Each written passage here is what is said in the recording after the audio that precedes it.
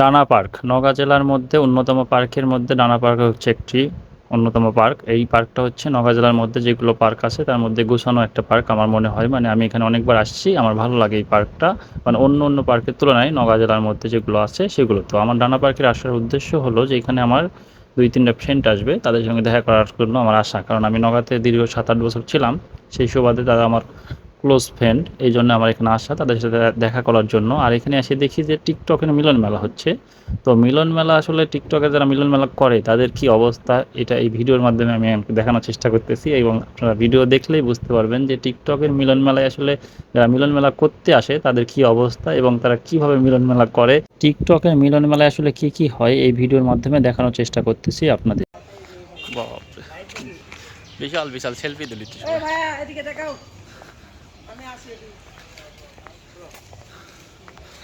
মোটামুটি ডানা পার্ক সম্পর্কে তো সবাই জানে, সেই জন্য আমি আর ভিডিও লং করতে চাচ্ছি না।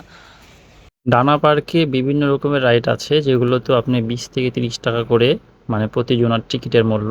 আপনি এখানে আসলে যে কোনো রাইডে উঠতে পারবেন। আর আগেই যে বলছি যে এই ডানা পার্ক একটু গোছানো সিস্টেম, আমার কাছে অনেক ভালো লাগে এই গোছানোগুলো।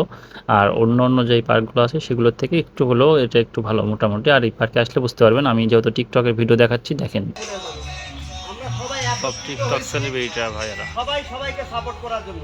আর আপনাদের যদি সাপোর্ট লাগে ফলো দিয়ে কমেন্ট করবেন। যদি সাপোর্ট না পান আমরা টিকটক করব না, কথা দিলাম।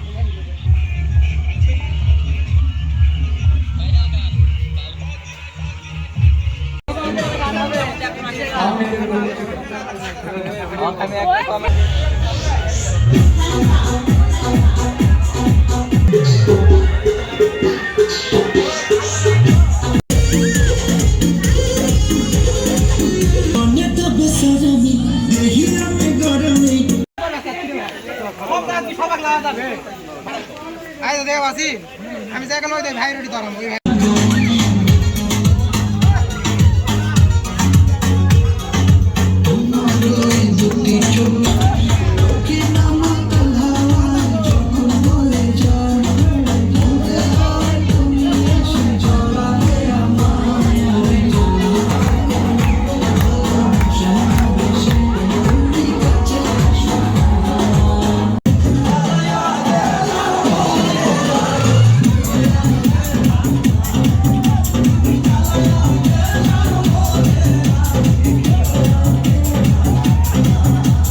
সবশেষে মানে আমার কাজ মোটামুটি শেষ, এখন আমি চলে যাব।